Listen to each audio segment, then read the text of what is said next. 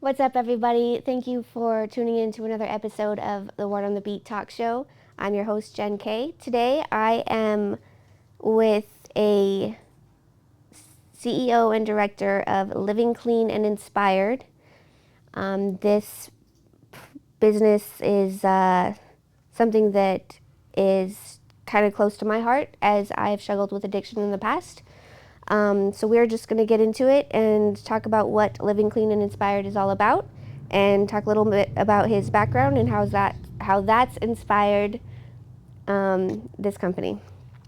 So please help me welcome Robert Mitchell. Hi, Mr. Mitchell. Thank you for being here today. It's been a road to try to get this interview going. It has. I appreciate your patience with the rescheduling and the technical difficulties, but we are here. Yeah, Now, Mr. Mitchell, I understand that you have a background in the military. that is correct. You were a captain in the Army Correct. and a former Navy SEAL fitness instructor. Yes, I had, prior to doing Living Clean and Inspired, I was doing outdoor boot camps, Lacey Adventure boot camps, and that was one of the training and courses that I took. Okay, and that was the Fit to Function. That was the personal training studio that I had in conjunction with Lacey Adventure boot camp. Okay. Okay, great. Now you're a motivational speaker, you've been a wellness coach, a clinical hypnotherapist. So how has all of that impacted you starting Living Clean and Inspired? In Thurston County, there is a large population of homelessness, and the fentanyl epidemic has gained a great deal of momentum, and just seeing the number of people who are struggling to get out of addiction and reestablish their life is challenging, because if people don't have stable housing, then they don't have the motivation to continue on. And so what happens is, normally an individual will go to treatment, they will complete treatment, and after that, the next stage would be trying to find adequate housing for them. And so what Living Clean and Inspired does, we work as a liaison between the individual, the treatment center, the courts, or whatever program they may be involved in, to help them have housing so that there's a continuity of care, so that they can get off the streets, go to treatment, and as soon as treatment is over, they know that they have stable housing to go to, then they can continue on with their other treatment protocols. Okay. And how long has Living Clean and Inspired been active? Since 2017. Oh, wow. Okay. And then, so the main goal for you that led you to start this program was to create stability for people. That's correct. So what do you see as the biggest challenges that face individuals in recovery? Having support. Having support and people that believe in them. A lot of people, because of their addiction, have created a lot of damage in their families and with relationships. And those people have, for whatever reason, chosen to step away from them and exercise healthy boundaries for themselves. And as a result, the person is sometimes left alone and trying to figure out what their next course of action is going to be all by themselves. That kind of hits home for me because, I have my own history with addiction, and then I have family members. My grandfather on my dad's side was an alcoholic. He ended up completely isolating, from his family because of that, So when you say the support, Yeah. I definitely understand where that can be a challenge. It's hard to want to be around people who don't necessarily want to help themselves. But I feel like when these people are actually making the steps to improve, that's where support is really important. So how do you measure the effectiveness of your programs? That is a challenging one Yeah. because sometimes people come and they have, at that moment where they are in their recovery, they have the desire and the passion to be clean and sober, to pursue the things of recovery, but low self-esteem, fear, doubt, and worry will often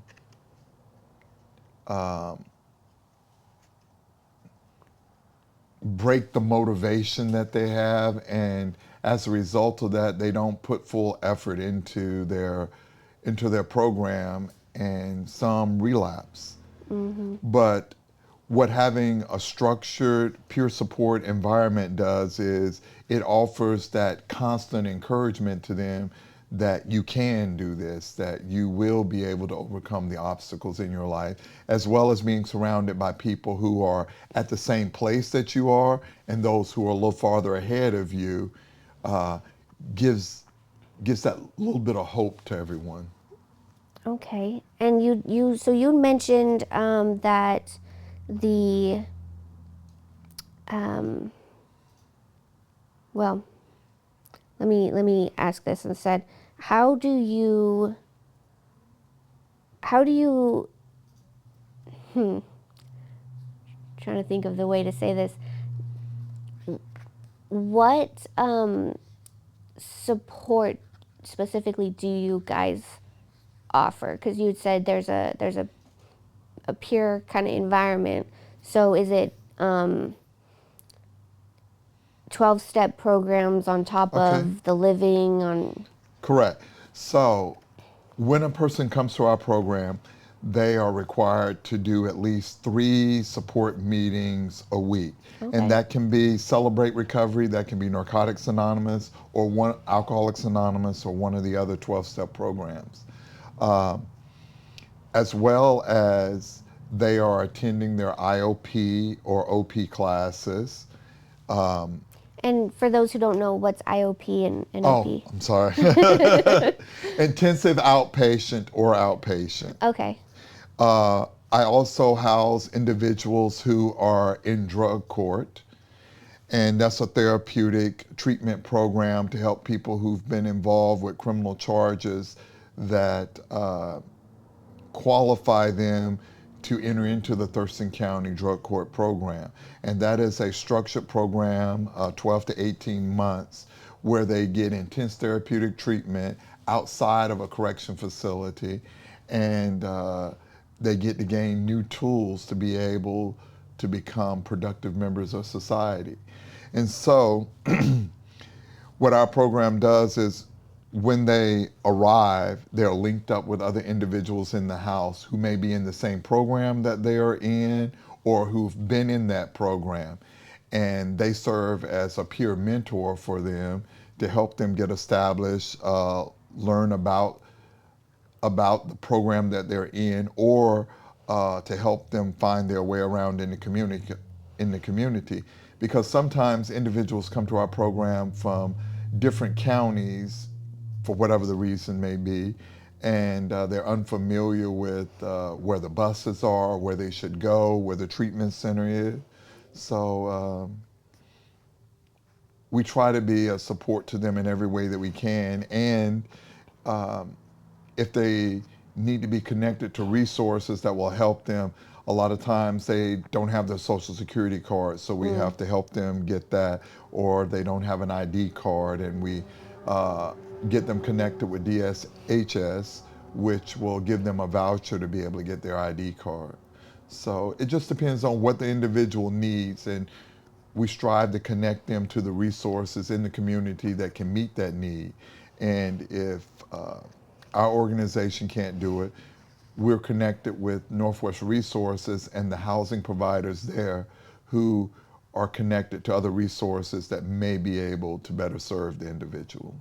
Oh, wow. Okay. So you have a lot of different aspects of this program that can help people. Does it include any type of work programs, if they want to try to get a job somewhere?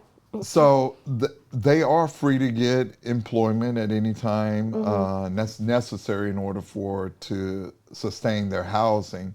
However, individuals that are in the Thurston County Drug Court program generally are not required to get employment until they are later in their program. So I'll say first 3 months, individuals are encouraged to focus solely on their program so they can get a solid foundation and not become overwhelmed with life. And so some people come and they already have employment, they've been employed for years, and others, employment can be a trigger for them. That makes sense. So we have to weigh each situation on its individual merits. Okay. And how are there any success stories you're able to tell us? I know with HIPAA laws, there's not much you can say. I don't think, but is there Yeah, any type of vague success stories you have? there are a number of success stories, and I had an individual who um, I'm trying to think of that to protect HIPAA. Yeah, I mean, I wasn't. if it's too much, we don't have to go into it. But There've been a lot of success stories. I have a great number of people who come to the program. They complete their treatment or whatever, and go on to become useful members of society. One individual that was in the program, he was homeless. His wife was in jail and with DV charges, and their children were in foster care, and they didn't have anywhere to live. And this individual started working at a company in Tumwater, and he was at the bottom of the rung then. And now he has moved up exponentially on the ladder where he works, and is a valuable asset to the company. And as a result of that, of staying clean and doing the next right indicated thing, he's been able to buy a home, put his wife through college. She's getting ready to graduate with her master's. oh, wow. And he's opened his own business recently and doing extremely well at that. And so I'm very proud of him. Another individual who he dropped out of school in eighth grade, and he had been living under a bridge. And one day I was walking around the lake in Olympia, and just happened to just run into this guy by chance, and he had another buddy with him. And so I formed a little relationship with them, and asked them what did they want for their life. And we started meeting up regularly on Friday, and they weren't too excited about doing a 12-step program or what have you. But after, I say, 7 or 8 visits, I encouraged them to potentially look into 12-step programs, and they did. And we continued meeting, and that led to them getting their GED. Both of them have completed their associate's degree, and one owns a home and the other one rents a home currently. So those are just a couple of samples of people who've gone on to improve their life. That's incredible. How does that make you feel when people that you have I don't want to say mentored, but that the last story kind of sounded like a mentor. Yeah. You know, how does that make you feel when you see all these success stories coming from what you do? I think that it is a privilege and honor to be able to travel the path of recovery with someone who has lost all hope and believes that there's no way out, that it's impossible for them to leave the hell that they're in. And really, I don't really, I feel as I don't do as much as the individuals that I'm working with do. I just serve as a coach and along the way, giving them the encouragement and support that they need to achieve whatever goal it is that they've set for themselves. And most of the time, the real issue is that they have low self-esteem. They have fear that they will be unable to complete the task, unable to ever achieve that goal. And the little voice of negativity that has been spoken into their life by whomever still echoes in their spirit. And so teaching people how to silence that voice. I'm a huge believer in positive affirmations. So I encourage people to start out by memorizing a few positive affirmations so that they can start working on building their self-esteem. That self-esteem is one that fear and doubt can definitely be crippling. So just to hear these few stories that you have shared is just incredible that you have this type of impact on people. I've heard that you're called Dr. Inspiration. Is that do people still call you that? They do. I absolutely love that. How, I mean, I can obvious, it's pretty obvious how that came about, but you want to tell us a little bit about who named you that? How'd you get that? One, I think I believe the first time it was used was one of the ladies in my boot camp was being interviewed by the newspaper by someone from the Olympian, and she gave that title, and from that point on, it just It's stuck. it just stuck. It started growing on its own. I absolutely love that. Now, do you think your military background has played a role in how you touch people's lives today, or how you even manage this company? My military background has helped me to organize and to structure the the company, but I think the biggest thing that has helped me has been my upbringing, and I would have to say my grandmother. My grandmother always took care of everybody in the community. She always took care of the grandkids, and I just always saw her giving from the depths of her spirit. And so I've always, I don't know, I've always cared about people and always done volunteer work my whole life. And I felt that there was a real need for housing for those who are for homeless and in need. And before I had Living Clean, I was housing people at my personal home. Okay. So it grew from that. Okay.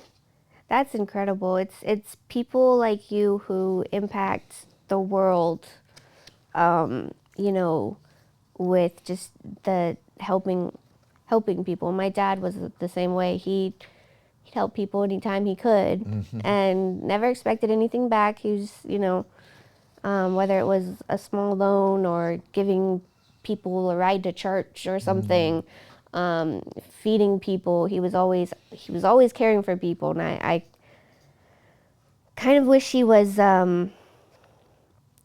still around, because I feel like he would have built that into something too. Now, obviously, with addiction, there are, I feel like it ranges. So you mentioned the fentanyl epidemic, which has been a rampant thing nationwide. So how do you guys adapt to changes in the landscape of addiction recovery when it comes to things like that? The program which certifies my housing is the Washington Alliance for Quality Recovery Residents. Okay. And so they offer a whole host of classes. I'm involved in different things in the community to stay abreast of what's going on, what's the most current thing with people with particular drugs. And there is not really one thing that you can do to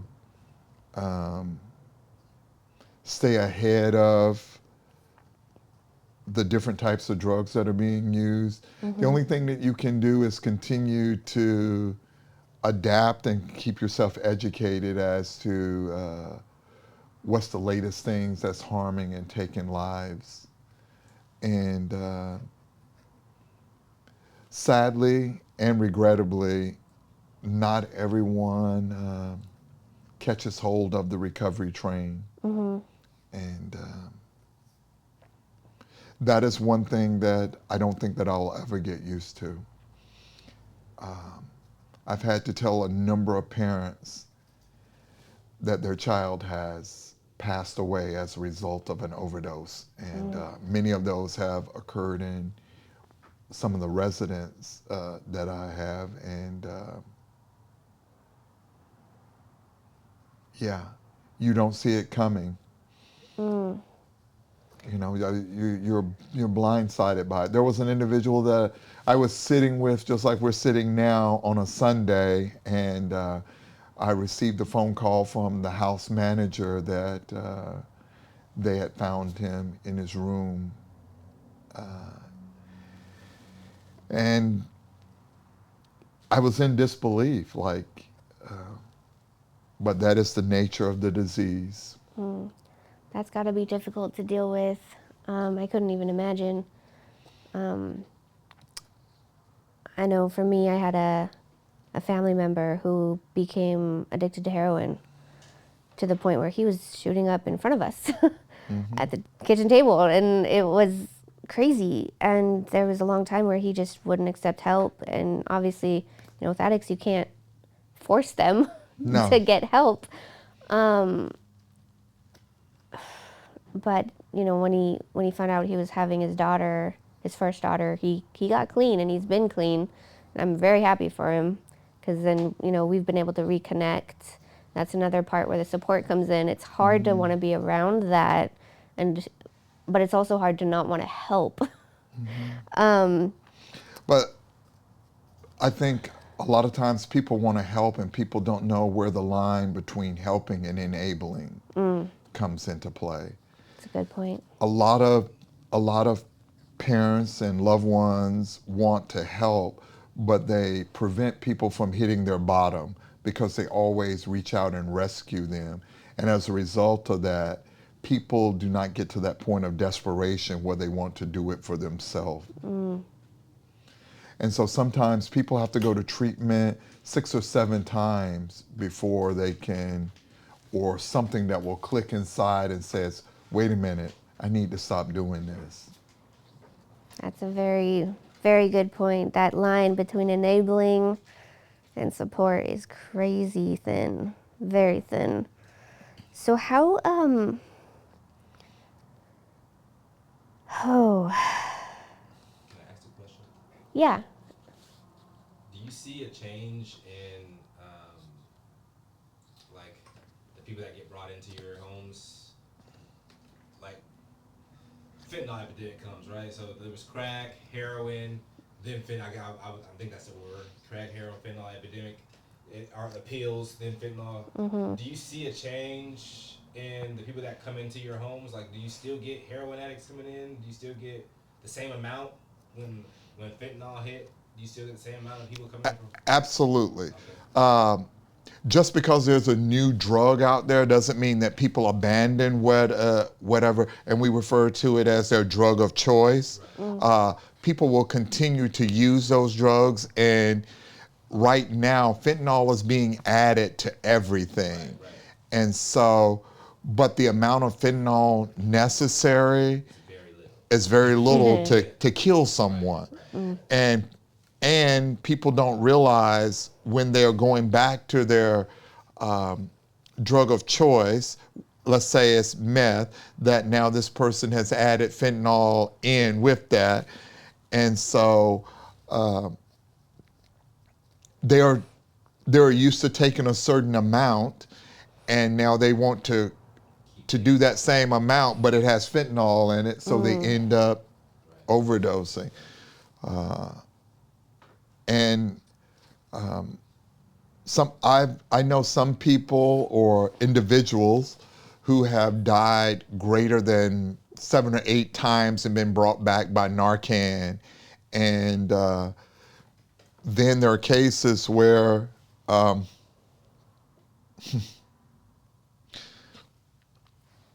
have an individual that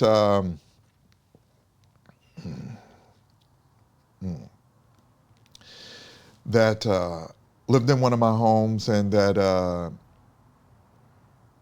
cared for dearly, and thought that he was doing well. He went and did the exact thing that we warn people against, hanging out with old friends. And he overdosed on fentanyl. And he was taken to St. Pete's Hospital, and he couldn't form his own words. Just seeing him in the state that he was in was very heartbreaking, but the other part that was very heartbreaking was listening to his mom talk about the loss of his brother and her husband as a result of the same thing, and just trying to imagine what that's like for a mother. And I have encountered so many deaths that are unnecessary because people are unwilling to let go of old friends, old places. I tell people when they come into our home that the number one thing that you need to do in life is you need to realize that God brings people into your life for a reason and season, and not everybody's meant to stay. And so you're going to have to get rid of energy vampires. Those people will suck the life out of you, and they don't care about your life. They don't care about your future. They don't care whether you live or die.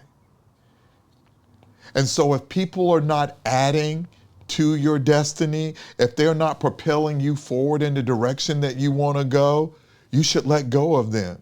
You should let go of anything that is keeping you from your destiny. We got a friend.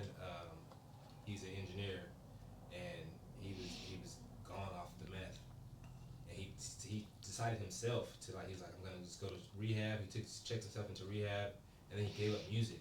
And everyone around us was like, oh man, you should keep doing music. You should keep doing music. And me, I'm thinking to myself, like, man, maybe music was the thing that was triggering him to do meth. You know what I'm saying? And now he's a firefighter. And so it's like it's a complete different change. We wanted him to keep doing music, but it's like, man, maybe music wasn't the thing that was best for him and his mentality right now in life. And I'm glad to see that he chose to give up. Like, even though everyone wanted him to keep doing it, he gave up the music to go do something different because he knew he couldn't sit in that same environment and be safe. Yeah.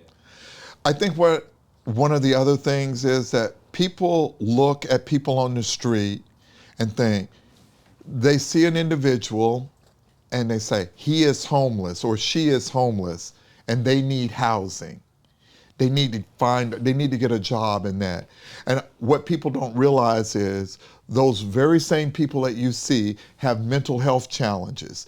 They lack education. They lack A foundation. There's something more than they need a house. yeah, they lack the social skills. They lack what is the word? The everyday skills that we utilize in order to cleaning the bathroom, brushing their teeth. They don't have life skills. They're lacking the life skills. So there's much more than giving a person a house. You have to look at all of the components that come into play in being a healthy person and helping that person get to that place. But I've also seen that when you invest time and energy into someone, there's a phrase that people throw around on the phoenix rising from the ashes. Mm-hmm. I know a real life phoenix. And there was an individual who had numerous arrests, who had identity theft. And if you look at where he was in his life in that moment and his criminal past, you would say, nothing's ever going to change. He's always going to be that way. But I will tell you, this individual that I met in 2015, where his life looked like there's never going to be any change. He was a criminal in 2015, and I had the distinct pleasure and honor of attending his graduation a few months back, where he graduated law school. Oh, wow. Applause. That's incredible. And so he graduated law school, and he will get an opportunity to give back to the community in a way that people would, yeah. He's been on the other side before. Yeah. So he's risen from the ashes to go from having nothing, and being a criminal and just being a menace to society. And I wish I could give more on that story, but I want to honor the fact that he's trying to put that past of his life behind him. But I will tell you, if you were to look at it on paper, you would say, there is no way that this person will ever do anything different. But we have stayed in contact over the years, and to see where he is today, I have the utmost respect for him. And another individual I met in Olympia, this guy had been a hopeless dope fiend. And today, and I think that it is official, he is the COO of a treatment facility, and where he is in his life, again, the phoenix rose from the ashes. He has a wife. He is doing extremely well in his life, and I got an opportunity to be at his graduation from college. So these people put their hand to the plow and didn't look back. In recovery, we tell people you got to hit your bottom, and I am not a fan of that phrase. I believe that you must come to the turning point in your life. You must come to the place where you are willing to say, I am no longer going to walk the path that I am traveling. I want something different for myself, and I am going to get it. And that is when you do a 180 turn and you start walking in a new direction. And the farther that you walk in that direction, you start creating new memories. You start creating a new life. However, in recovery, there's a phrase that we don't regret the past nor wish to shut the door on it. Every now and then, I believe a person needs to look back, and they need to see all of the wreckage that they've caused. They need to see when they've stole from their grandmother or asked for money for an electric bill that they did not have, or all of the theft that they've done and the wake of destruction that they left behind. but to appreciate where they are currently in their life. Yeah. And And this just further goes to show that you really can't judge anybody by their past, because they could really turn their lives around. Like all these stories that you've shared, it's incredible to learn. It's giving me goosebumps because No, for real. You can tell, like, there was pieces where it's like, man, there's definitely the bad side. Where yes, it's like, you know, they're in these houses and then they still, you think they're doing great, but then they overdose. But then you got the good side where they make it through all the way. And now they're on the way other side. They can help other people. That's dope. yeah, so I have this friend that I've really grown close to, and I've done a great number of weddings, for the people that live in my housing network. But over the course of my life, I grew up in the church, and then I became a minister. So there's this one individual that's in recovery named Robert, and I've watched him go to prison several times. And while in prison this last time, Robert told me, because of our relationship, because I never gave up on him, he said, when I get out this time, I am going to listen to everything that you say. I'm going to stop being hard-headed, and I am going to do it. And sometimes people will tell you that, or they've said that to family members, and they don't follow through. But once he got out, he hit the ground running, and he moved into a recovery house.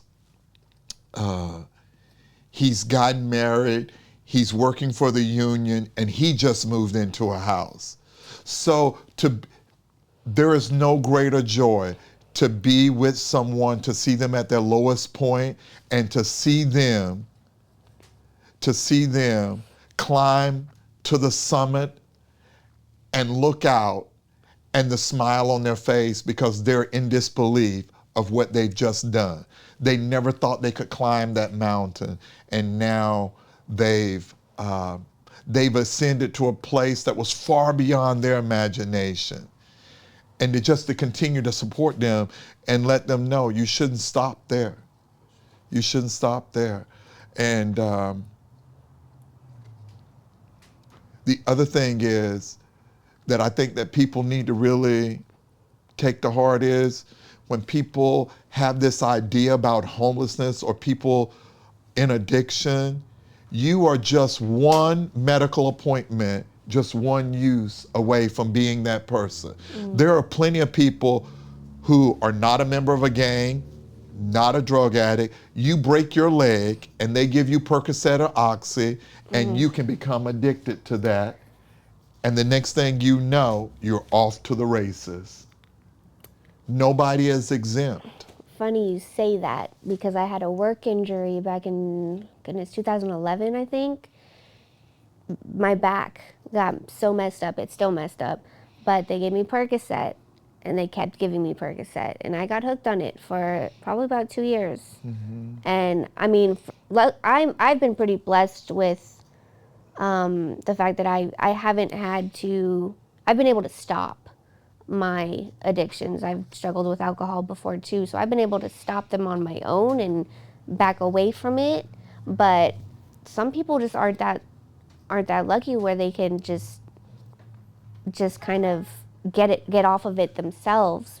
And that's what's so great about living clean is you have this resource for people who do need the extra help. And kind of hate to say extra help, because I could easily have been in that same situation. But I also had the support of my family, and I think again that is just the biggest thing, is when you have support to move off of the negative. It's pretty simple to turn your life around. Now, I did want to ask you, how do you collaborate with local communities to promote awareness and support for living clean?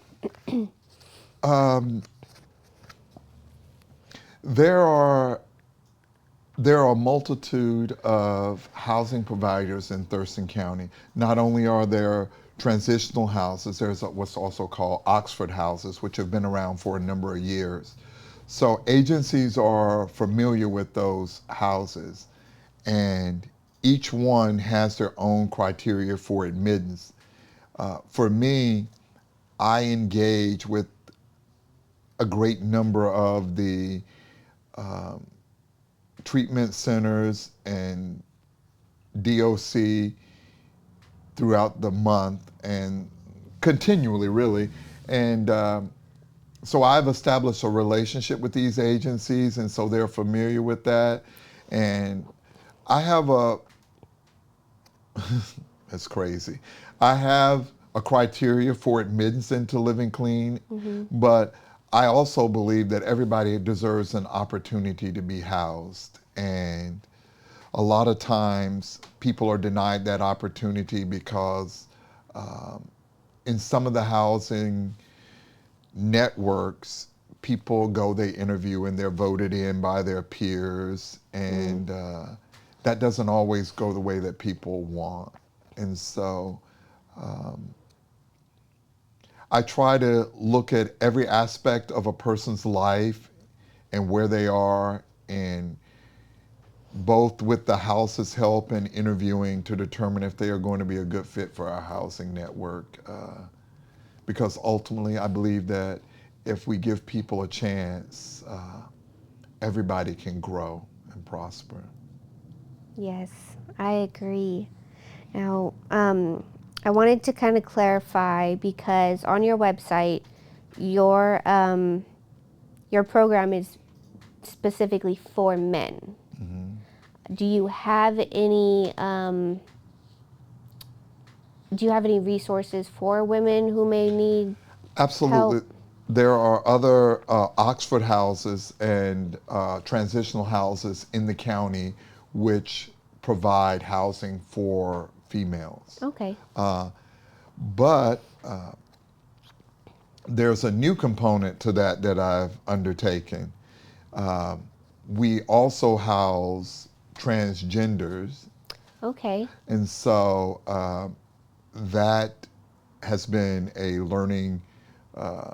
learning curve for me in how to navigate those waters and making sure those individuals feel safe and valued and supported in our housing network. So, yeah.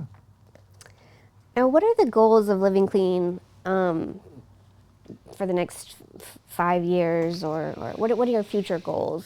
Wow. I'm always setting new goals, but for my housing network, my goal is to get stronger in mentoring people in such a way that they will stay the course. I get disheartened when people relapse or they fall to the wayside or they just completely abandon recovery altogether. I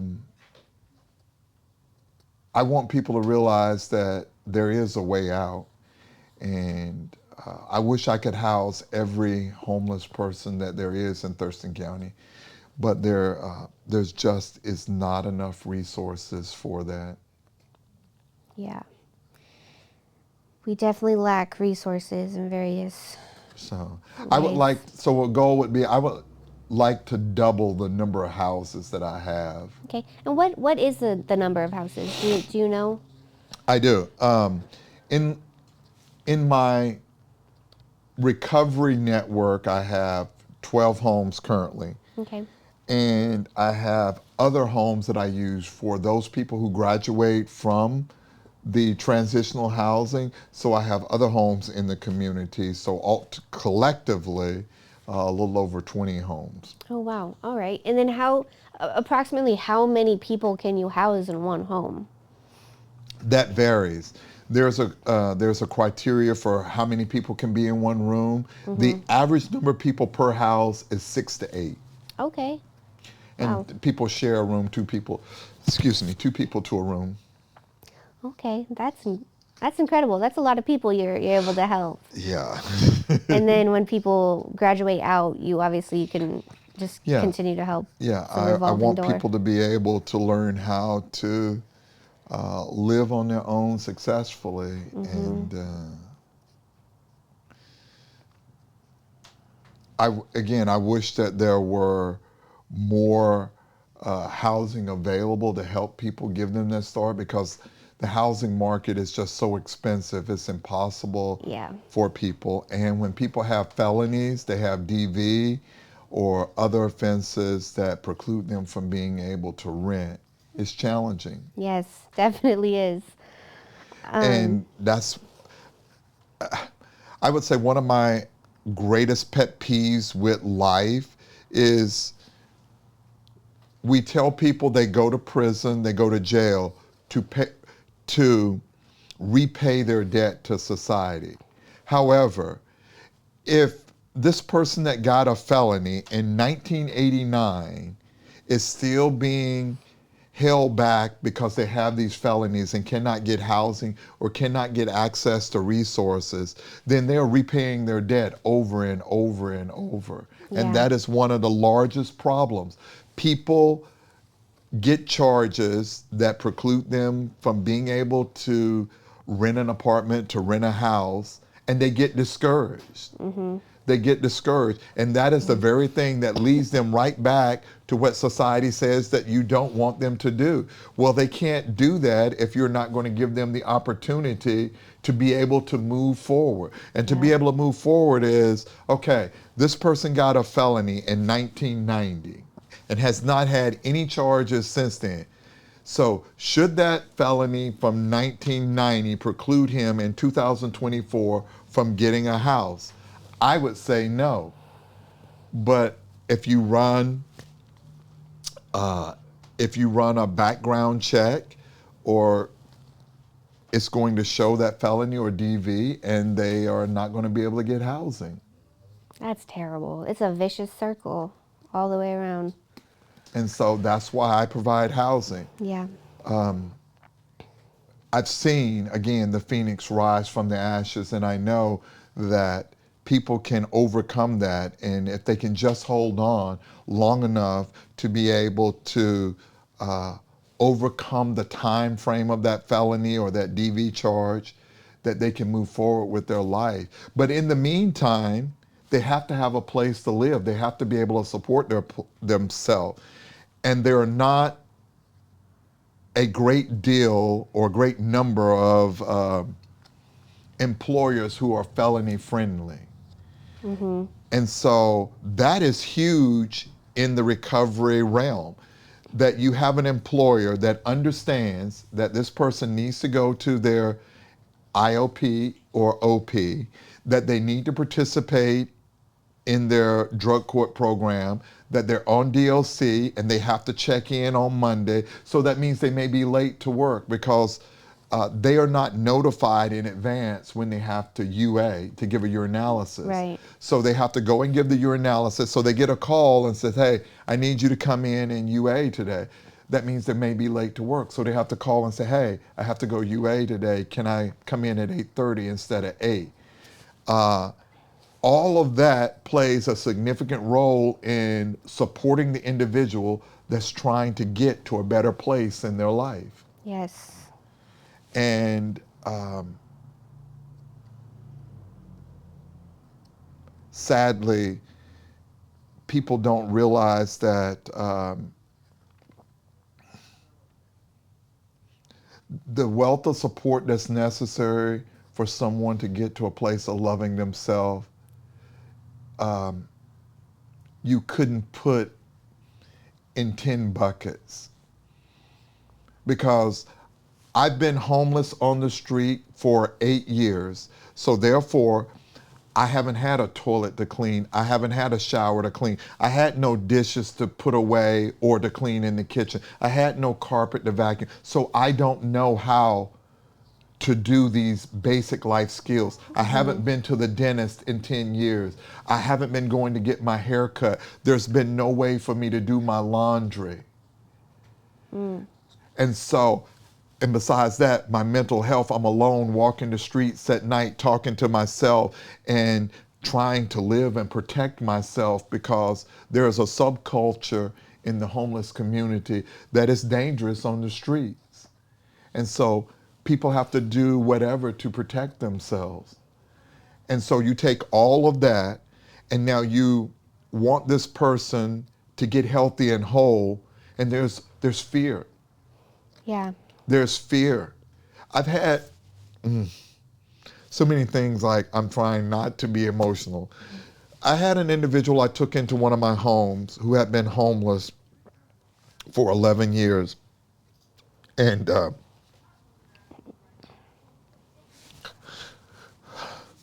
Take your time. It's okay.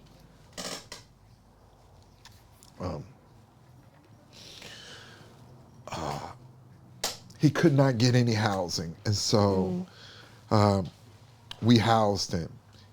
And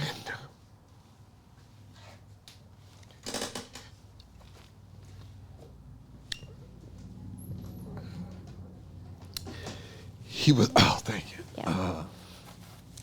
He was afraid to,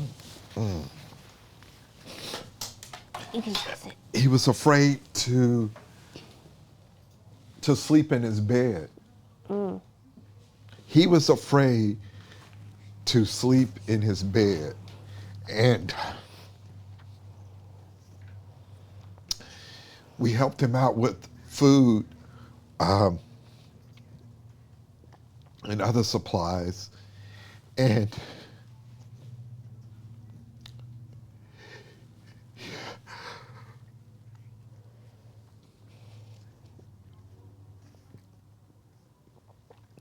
he would still sneak out in the middle of the night to go and stand under the very bridge he was taken from. Oh, wow. And it is so hard to comprehend that you would take someone out of a storm and they want to get right back in the boat and go back into the storm. And it took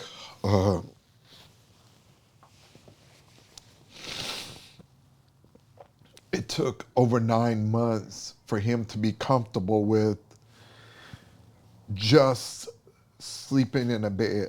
Oh, wow. He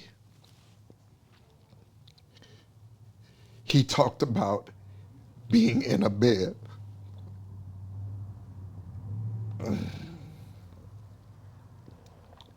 Like someone getting a new Ferrari. His bed to him was the same as someone getting a new Ferrari. And I think sometimes we take that for granted. Yeah. That I've always had a bed to sleep in. I've always been able to do laundry, brush my teeth, go to the barber. Well, I don't have to do that now. But those are just some of the cases. It is hard to see what some people go through or have gone through to get to where they are. Yeah, it definitely makes you appreciate what you have and what you can. That's I couldn't fathom. I can't even. So I guess sometimes the storm that they were in is a comfortable, weird safety because it's not an unknown, like a strange house, a strange bed. Oh, That's absolutely. just wild. You will get some people that you offer housing if I go right now, and they will tell you they will not take housing. Yeah, for sure. There's a lot of them now. Really? They will not take housing. There have been people that I've seen. There was a woman one day I was driving, and it is pouring down, raining, and she has her shopping cart full of stuff, and clearly I can see that she's elderly, and I have a home that for emergencies that has a bed, a garage that's set up for an emergency situation. And I told her, I said, hey, I can get you some housing to get out the rain. And she just refused. And I would see her after this and offer to help her get into one of the female housing or to go to treatment. And she's like, no. Mm. She's like, I like being homeless. Freedom. I guess in a sense it is a freedom. Sometimes I feel like giving up rent for a while myself. But giving up rent, there are some people that get out of jail or prison that commit crimes to go back because they find it comfortable, because of the structure, the routine, the day-to-day Free meals routine. and a bed, guaranteed. Yeah. And a lot of times those people tell me, I like prison or I like jail because I don't have to think. I don't have any responsibility. I'm afraid of living this thing that you call life on life's terms. That's wild. That's a lot to process. And there is, and I might mess this up, there is, and you can Google it, there was a woman, I don't know if it was in Wisconsin or Utah, that got out of prison, could not deal with life. She knew that if she went and robbed a bank, that she would go back to prison. So she went in, she robbed a bank, she came out and threw the money up in the air and sat down on the curb and waited for the police to come because she knows she would go back to prison. Wow. And she talks about it. That's where she feels the most comfortable. Just further shows how messed up the system is against people who, against everybody really, but that's just wild. So this has been a lot to process, and I'm really glad you're sharing these stories. How can people help contribute to these to Living Clean? Is there a way? Do you accept donations or? I have someone setting up. I need a donation page for that. Generally, people see me out and they would give donations, and I've never had a specific page on my website for that. But the webmaster is putting something together. The other thing is furniture. Always in need of furniture, dressers, nightstands, lamps, stuff like that. Okay, so it's not just necessarily monetary. You accept furniture. Do you accept like clothing or Yes. like? Okay, that's really good to know. So when we drop this interview, I will have on the website. I will have links to where people can find Living Clean and see what you guys are about, along with this description and this interview. So we're gonna wrap this up. We are coming up to the stopping point, unfortunately. But where can people find you? What's the website? The website is livingcleanandinspired.com. Okay, perfect. And is that the main place people can see? Yes. Can find you? Okay. Do you guys have like any social media that you do? There is a Facebook and Instagram as well. Okay, I can link that too. But clearly the website's always the best. Yeah. The best option. Mr. Mitchell, I am so glad that we were able to sit down and talk. This has been inspiring, Dr. Inspiration. Thank you for being here, and we're gonna definitely be in contact any way that we can help. We would love to contribute to Living Clean and Inspired. Thank you. All right, everybody, thank you so much for tuning in. This has been such an impactful, amazing interview. Y'all go check out Living Clean and Inspired everything will be linked when this interview drops, and you can go follow Word on the Beat. That's Word on the Beat 1 everywhere on social media.